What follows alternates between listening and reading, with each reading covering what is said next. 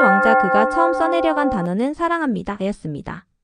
사우디아라비아 왕실의 조용한 서재 한편 새벽이면 어김없이 한 남자가 붓을 들고 앉았습니다. 책상 위에는 번진 서예지와 한글 교본 그리고 먹물이 담긴 그릇이 나란히 놓여 있었습니다.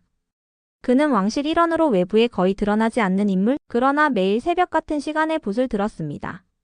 그가 반복해서 쓴 단어는 언제나 같았습니다. 사랑합니다, 사랑합니다, 사랑합니다.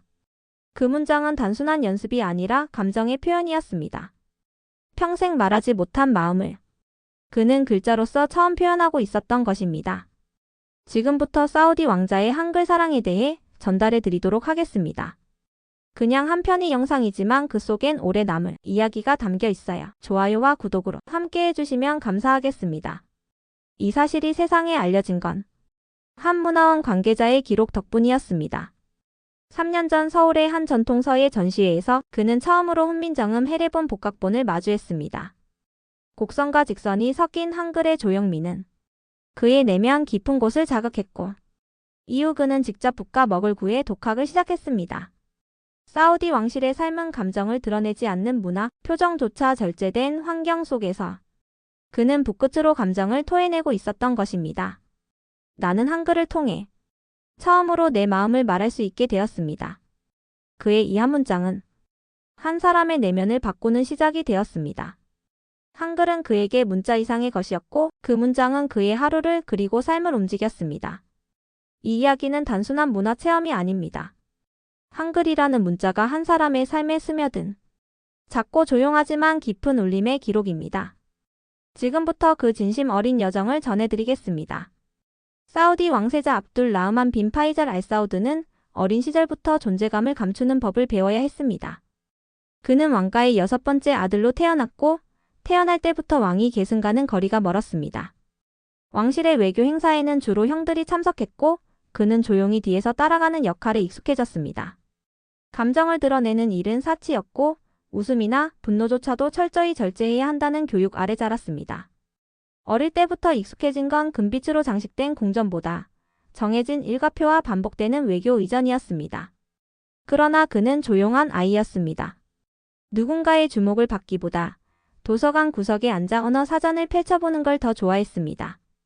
영어는 기본이었고 불어와 페르시아어, 터키어까지 익혔습니다. 언어는 그에게 세계를 이해하는 창이자 유일하게 스스로를 드러낼 수 있는 통로였습니다. 말이 곧 사람을 만든다는 신념이 그에게는 유일한 자존감이었습니다. 그러던 어느 날 왕실 교육 담당 비서가 우연히 건넨 자료가 그의 삶을 바꾸게 됩니다. 그것은 얇은 소책자 한 권. 한글의 원리와 구성이라는 제목이 붙은 자료였습니다. 처음엔 그냥 넘기려 했습니다. 중동 왕실에서 한국은 여전히 낯선 존재였고 문화적으로도 큰 관심의 대상은 아니었으니까요. 하지만 책장을 넘긴 그의 시선은 한 문장에 멈춰 섰습니다. 사람과 사람 사이 말은 다를 수 있어도 진심은 통한다. 그 문장 아래 크고 단정한 글씨로 감사합니다 라는 말이 적혀 있었습니다. 한글 특유의 정돈된 구조, 시각적 균형, 그리고 그 안에서 느껴지는 어떤 따뜻함. 단순히 예쁜 글자가 아니었습니다. 마치 감정을 숨긴 누군가가 조용히 마음을 꺼내 보여주는 듯한 느낌이었습니다. 압둘은 자신도 모르게 그 문장을 소리내어 따라 읽었습니다. 감사합니다. 그 단어를 입안에서 굴리는 순간 그에게선 오랜만에 작은 미소가 새어나왔습니다. 그날 밤 그는 방 안작은 책상에 앉아 한글을 다시 펼쳐들었습니다. 왕실은 잠들어 있었고 복잡한 외교 문서들은 서랍 안에 그대로였지만 압둘의 방 안에는 조용한 열정이 켜졌습니다. 새벽 2시 그는 혼자서 가나다라마 바사를 써내려갔습니다.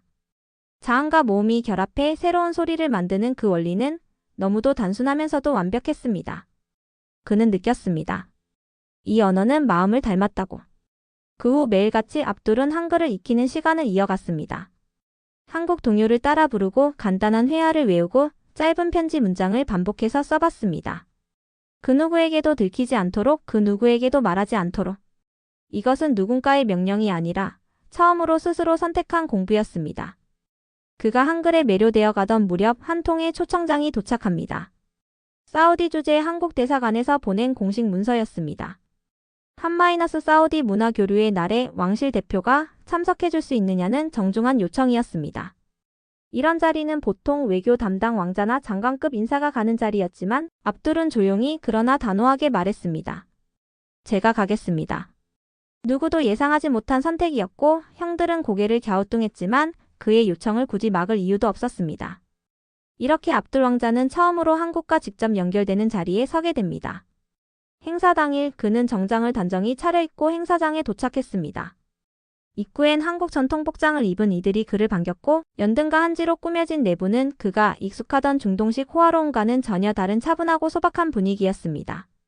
그는 천천히 걸음을 옮기다가 한 구석 작은 부스 앞에 멈춰 섰습니다. 아이들이 손글씨로 쓴 한글 편지들이 전시된 공간이었습니다. 형형색색의 종이에 크레용으로 또박또박 써 내려간 편지들이 한 장 나무 집게에 걸려 바람에 살랑이고 있었습니다. 그중 한 장이 그의 발을 붙잡았습니다. 우리 문화를 사랑해 주셔서 감사합니다. 한국에 와주세요. 사우디는 어떤 곳인가요?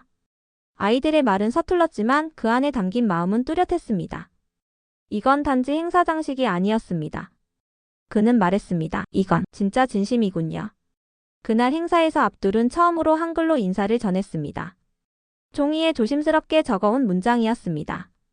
만나서 반갑습니다. 그의 발음은 완벽하진 않았지만 그 진심은 누구보다도 명확했습니다. 함께 있던 한국 대사는 놀라움과 감동이 섞인 눈빛으로 깊이 고개를 숙였습니다. 행사가 끝난 후 그는 행사장에서 받은 아이들의 편지 중 한 장을 골라 집무실 책상 위에 올려두었습니다. 한국의 한 초등학교 3학년 여학생이 보낸 편지였습니다. 거기엔 이렇게 적혀 있었습니다. 언젠가 진짜 사우디 왕자님을 만나고 싶어요. 압둘은 며칠 동안 그 편지를 바라보다 마침내 결심합니다. 직접 답장을 쓰기로 한 것입니다. 왕실 수석 비서진은 당황했고 경호실도 의아해했지만 그는 이미 마음을 정한 상태였습니다. 그는 한자 한자 정성스럽게 써내려갔습니다.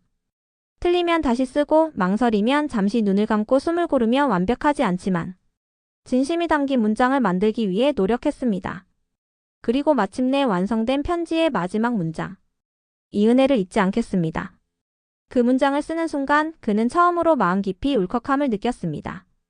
그건 감사함, 경외심, 그리고 처음으로 자신이 연결되었다는 감정이었습니다. 왕실 연례 행사가 열리는 날 그는 그 편지를 낭독하겠다고 자청했습니다. 어떤 번역도 없이 어떤 통역도 없이. 그날 왕실 행사장엔 고위 관계자들과 외교사절단, 국내외 언론인들까지 참석한 상태였습니다. 압둘은 편지를 꺼내들고 조용히 입을 열었습니다. 이 편지는 한 소녀로부터 시작됐습니다. 그리고 그는 한국어로 편지를 낭독하기 시작했습니다. 그의 음성은 떨렸고 몇 차례 말을 멈췄지만 그 자리에 있던 사람 누구도 숨을 쉴 수 없을 만큼 집중했습니다. 말이 아닌 마음이 흘러나오고 있었기 때문입니다. 이 은혜를 잊지 않겠습니다. 마지막 문장을 읽는 순간 행사장은 정적에 휩싸였습니다. 누군가는 눈물을 흘렸고 누군가는 고개를 떨궜습니다. 누구도 한국어를 이해하지 못했지만 그 문장은 모두의 가슴에 직접 닿았습니다. 그날 이후 압둘은 왕실 내에서 한국어를 아는 왕자로 불리기 시작합니다. 그가 보여준 건 단순한 외교나 언어 학습이 아닌 사람과 사람 사이의 감정이었습니다. 그리고 진짜 변화는 그때부터 시작됐습니다. 사우디 왕실 내부는 조용했지만 그 고요함은 긴장으로 가득 차 있었다. 압둘 왕자의 편지 낭독 이후 왕궁은 전례 없는 분위기에 휩싸였다. 그의 발언은 누구도 예상하지 못한 일이었다. 정치적인 해석은 피할 수 없었다.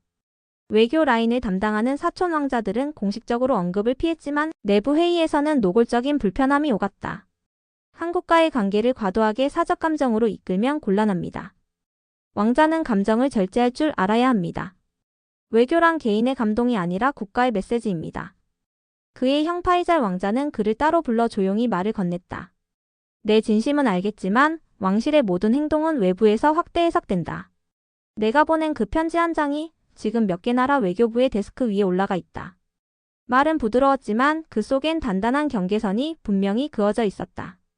압둘은 고개를 끄덕였지만 마음속은 복잡했다. 자신이 바란 건 누군가의 마음을 움직이는 일이었지 국제 정세를 흔드는 파장이 아니었다. 하지만 이제 돌이킬 수 없었다. 그의 진심은 이미 많은 사람의 시선을 끌어버렸다. 외신들은 연일 그의 이야기를 다뤘다. 한국어로 편지를 낭독한 사우디 왕자, 감사와 연민이 담긴 문장을 통해 전한 평화의 메시지. SNS에서는 그를 한글 왕자라고 부르며 한류 팬덤과 교육자 그룹 사이에서 새로운 존경의 대상으로 떠올랐다. 그러나 왕실 내부에서 그의 위치는 애매해졌다. 정치적 야망이 없던 그였지만 지금의 모습은 일부에게 의외의 성장으로 보였고 일부에겐 통제되지 않는 변수로 느껴졌다. 그러던 중 그에게 뜻밖의 편지가 또 하나 도착했다. 이번엔 대한민국 교육부에서 공식 서신이 전달된 것이었다. 내용은 정중하고 간단했다. 한국 교육계는 귀하의 행동에 깊이 감사드리며 가능하시다면 한국의 초등학교 한 곳을 조용히 방문해 주실 수 있겠습니까? 그는 그 편지를 읽으며 한참 동안 아무 말이 없었다. 왕실 행사, 외교 만찬, 대외 메시지 같은 것들과는 전혀 다른 세계가 그에게 손을 내밀고 있었다. 이건 체면이나 의전이 아니라 사람과 사람의 만남이었다. 그는 결심했다. 공식 일정이 아닌 사적인 여행으로 한국을 조용히 방문하기로. 외교부와 경호실에는 최소한의 동선만 알렸고 왕실 대변인에게는 학술 탐방이라는 모호한 명분만 전달했다. 사우디 왕실 전용기 대신 민간 항공편을 이용했고 경호원 수도 절반 이하로 줄였다. 비행기 안 그는 창밖을 보며 지난 수개월을 되짚었다. 처음 한글을 접한 날 혼자서 감사합니다를 중얼거리며 책상 위에 글자를 따라 쓰던 새벽들. 편지를 받아들고 눈시울이 붉어졌던 순간. 그 아이에게 답장을 쓰며 마음을 담아 썼던 그 마지막 문장. 그리고 지금 그는 그 아이가 살고 있는 나라로 향하고 있었다. 인천공항에 도착한 그의 표정은 다소 굳어 있었다. 낯선 기후, 낯선 사람들, 낯선 언어. 그러나 동시에 어딘지 익숙했다. 그가 지난 수개월간 마음으로 익힌 단어들이 공항 곳곳에 쓰여 있었고 그의 귀엔 자음과 모음들이 리듬처럼 들려왔다. 그는 수행원 한 명과 함께 서울 시내로 향했다. 일정은 조용했다.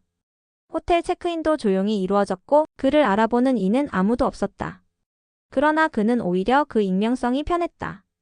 다음날 아침 그는 서울 강남에 위치한 한 초등학교를 방문했다. 그곳은 그에게 편지를 보냈던 아이가 다니는 학교였다. 학교 측은 이 사실을 철저히 비밀로 유지했고 심지어 학부모들에게도 언급하지 않았다. 압둘은 모자와 검은색 롱코트를 걸친 채 조용히 교문을 들어섰다. 학교 복도는 아이들의 웃음소리로 가득했다. 작은 신발들이 쿵쿵 뛰는 소리, 선생님의 다정한 목소리, 벽면 가득 붙어있는 한글 문장들. 그는 벽에 붙은 하나의 문장을 유심히 바라봤다. 마른 마음을 전하는 다리입니다. 그 문장을 바라보며 그는 한 발 또 한 발 복도 끝 교실로 향했다. 교실 문이 열리자 아이들의 눈이 동그랗게 커졌다. 선생님은 아이들에게 오늘 아주 특별한 손님이 온다고만 말해두었고 아이들 대부분은 영화배우나 유명 유튜버가 아닐까 상상하고 있었다. 하지만 문 너머로 들어선 사람은 검은 코트를 입고 부드럽게 미소 짓는 중동의 남자였다. 얘들아 인사하자. 압둘 왕자님이야. 순간 교실 안이 조용해졌다. 아이들의 눈빛엔 놀라움과 호기심이 동시에 피어올랐다. 압둘은 고개를 숙여 인사했다. 그리고 또박또박한 발음으로 말했다. 여러분 만나서 반갑습니다. 제가 여기까지 온 이유는 여러분의 말 한마디 때문입니다. 그의 말에 아이들 중 한 명이 손을 들었다. 진짜 왕자님 맞아요. 압둘은 웃으며 고개를 끄덕였다. 응. 진짜 맞아. 그런데 오늘은 그냥 너희의 친구로 오고 싶었어. 그 순간 아이들 사이에서 웃음이 터졌다. 긴장이 풀렸고 아이들은 하나둘씩 손을 들며 질문하기 시작했다. 왕자님도 게임해요? 김밥 먹어봤어요? 왜 한글 공부했어요? 압둘은 아이들 눈높이에 맞춰 앉으며 대답했다. 게임은 잘 못하지만 김밥은 먹어봤어. 정말 맛있었어. 그리고 한글은 처음엔 그냥 예뻐서. 근데 나중엔 그 안에 있는 마음이 더 예뻐서. 그의 진심은 아이들의 마음에도 그대로 닿았다. 그는 준비해온 작은 선물 꾸러미를 꺼냈다.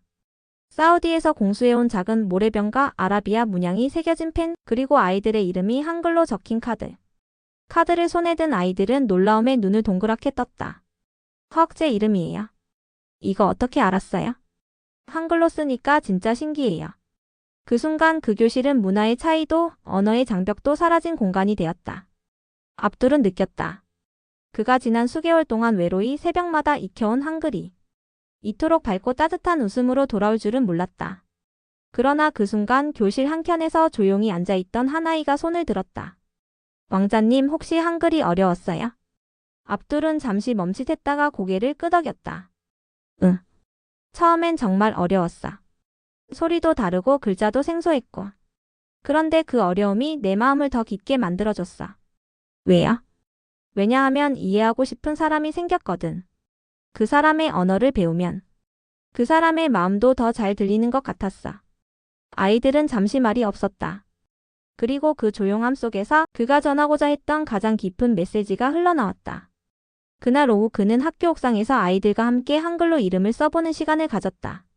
어색한 펜촉을 잡고 자신의 이름을 압둘이라 써보는 아이들을 보며 그는 묘한 감정을 느꼈다. 한때 자신이 그렇게 따라 썼던 글자를 이제는 누군가가 그의 이름을 부르기 위해 쓰고 있다는 사실. 해가 기울 무렵 아이들과의 작별 인사가 다가왔다. 왕자님 또 오실 거죠? 약속해요. 다음엔 우리랑 급식도 같이 먹어요. 그는 약속하듯 손가락을 들어 새끼손가락을 내밀었다. 아이들도 기쁘게 손가락을 맞댔다. 그 순간 한글이라는 언어는 단순한 외국어가 아닌 관계의 언어로 그들 사이에 깊이 새겨졌다. 학교를 나오는 길 그는 교문 앞에 잠시 멈춰 섰다. 문득 그가 받은 첫 번째 편지, 언젠가 진짜 사우디 왕자님을 만나고 싶어요라는 문장이 떠올랐다. 그리고 지금 그는 그 약속을 지켰다. 단 한 사람의 진심에서 시작된 이 여정은 이제 수많은 사람의 가슴에 기억될 이야기가 되어가고 있었다. 사우디로 돌아온 첫날 밤 압둘 왕자는 조용히 자신의 방 안에 홀로 앉아 있었다. 서울의 빛나는 방거리가 아직 눈에 선했지만 눈앞에 펼쳐진 현실은 이전보다 훨씬 더 무거운 공기를 머금고 있었다. 그가 사우디를 떠난 사이 왕실 내부에서는 크고 작은 파문이 일었다. 공식적 외교 일정이 아닌 개인적 방문이라는 설명에도 불구하고 압둘 왕자가 한국에서 보낸 시간은 이미 SNS와 언론을 통해 빠르게 퍼져나가고 있었다. 서울의 초등학교에서 아이들과 함께 한글로 이름을 쓰던 모습, 아이에게 선물을 건네며 진심을 전하는 장면, 그리고 한국 사찰에서 스님과 대화를 나누는 영상 일부까지 유튜브, 트위터, 틱톡 등지에서 수백만 건 이상 공유되고 있었다. 왕실 내부 회의실 차가운 공기 속에 긴장감이 흐르고 있었다. 압둘은 이례적으로 비공식 회의에 직접 참석했다. 형제들과 고문단, 외교 담당자들이 조심스레 말을 아꼈지만 그의 입국 직후부터 분위기는 명백히 바뀌어 있었다. 왕자는 왕자다워야 합니다. 감정은 사적으로 품되 공적으로 드러내지 말아야 합니다. 한국은 중요한 파트너국이지만 우리의 전통과 체면은 더 우선되어야 합니다. 압둘은 말없이 그들을 바라보았다. 자신의 행동이 이토록 파장을 일으킬 거라 예상하지 못했지만 후회는 없었다. 그는 분명히 느꼈다. 아이들의 웃음과 손글씨, 그 안에서 자신이 얼마나 인간적으로 자유로웠는지를. 그날 밤 압둘은 아버지 국왕의 전가를 받는다. 즉시 왕궁 내 개인 응접실로 오라는 지시였다. 조심스레 문을 열고 들어간 응접실. 거대한 샹들리에 아래 국왕은 조용히 차를 마시고 있었다. 압둘은 무릎을 꿇고 예를 갖췄다. 잠시 침묵이 흐른 뒤 국왕이 입을 열었다. 너의 말이 한국의 아이들에게 닿았다고 하더구나. 왕족은 말로 나라를 살리기도 망치기도 한다. 그런데 너의 말은 나라를 부드럽게 만들었지. 나도 그걸 느꼈다. 압둘은 고개를 들었다. 국왕의 표정은 단호했지만 이상하게도 따뜻했다. 나는 늘 너를 조용한 아이로 기억했다. 자기 생각을 크게 드러내지 않고 한 걸음 뒤에 서 있던 아이. 그런 내가 아이들 앞에서 말했을 때 나는 처음으로 진심을 담은 말이 어떤 것인지 깨달았다. 압둘의 눈이 조금씩 젖어들었다. 국왕은 조용히 찻잔을 내려놓으며 말했다. 그러니 이제 내 방식으로 말해보아라. 사우디도 누군가의 말 한마디에 움직일 수 있다는 걸. 내가 보여줘라. 그날 이후 왕실 분위기는 조심스럽게 바뀌기 시작했다. 공식 언급은 없었지만 내부적 분위기는 완연히 달라졌다. 압둘의 이야기와 한국 방문기는 자연스럽게 여러 대회 프로그램에서 인용되기 시작했다. 한편 사우디 내 젊은 세대는 그를 사람의 언어를 배운 왕자로 부르기 시작했다. 왕실 SNS 계정의 팔로워 수는 폭발적으로 증가했고 특히 아랍권 청소년들 사이에선 한글에 도전해보자는 움직임도 일어났다. 그러던 중 사우디 교육부는 전국 학교의 외국어 감성 글쓰기 캠페인을 시작하며 그 캠페인 이름을 압둘 프로젝트로 명명했다. 이 프로젝트의 첫 번째 시범 언어는 바로 한국어였다. 압둘은 이 소식을 듣고 한참 말이 없었다. 그리고 조용히 책상 서랍에서 그날 한국 초등학생에게서 받은 손글씨 편지를 꺼냈다. 왕자님은 이제 한국의 친구입니다. 그 문장을 바라보며 그는 생각했다. 어쩌면 친구란 이렇게 서로의 언어를 배워가는 관계일지도 모른다고. 그날 저녁 그는 직접 작은 영상을 촬영했다. 단정한 옷차림, 조용한 배경, 그리고 또박또박한 발음. 안녕하세요. 저는 압둘입니다. 여러분의 편지를 잊지 않았습니다. 저도 오늘 아랍어로 감사합니다를 알려드릴게요. 그 영상은 며칠 후 한국의 아이들에게 전달되었고 아이들은 그 영상을 보며 또 한 번 눈을 반짝였다. 압둘이 사우디로 돌아온 지 몇 달이 지났지만 그가 한국에서 남긴 발자취는 시간이 갈수록 더 깊은 의미로 남아갔다. 그의 이야기는 단지 한 왕자의 감동으로 끝나지 않았다. 그가 전한 말은 한글이라는 언어를 통해 만들어진 진심의 울림이 어떻게 국경을 넘어 서로를 이해하게 만드는지를 전 세계에 증명하는 이야기로 번져나갔다. 먼저 변화가 시작된 건 교육 현장이었다. 사우디의 한 초등학교에서는 실험적으로 한글 수업이 도입되었다. 단순한 문법이나 단어 암기가 아니라 편지를 쓰는 법, 인사말에 담긴 정서, 그리고 고맙습니다에 깃든 철학까지 함께 가르치는 프로그램이었다. 아이들은 처음엔 낯설어했지만 이건 압둘 왕자님이 배운 언어야라는 말에 자연스레 관심을 가졌고 곧이어 교실엔 안녕하세요, 감사합니다 라는 말,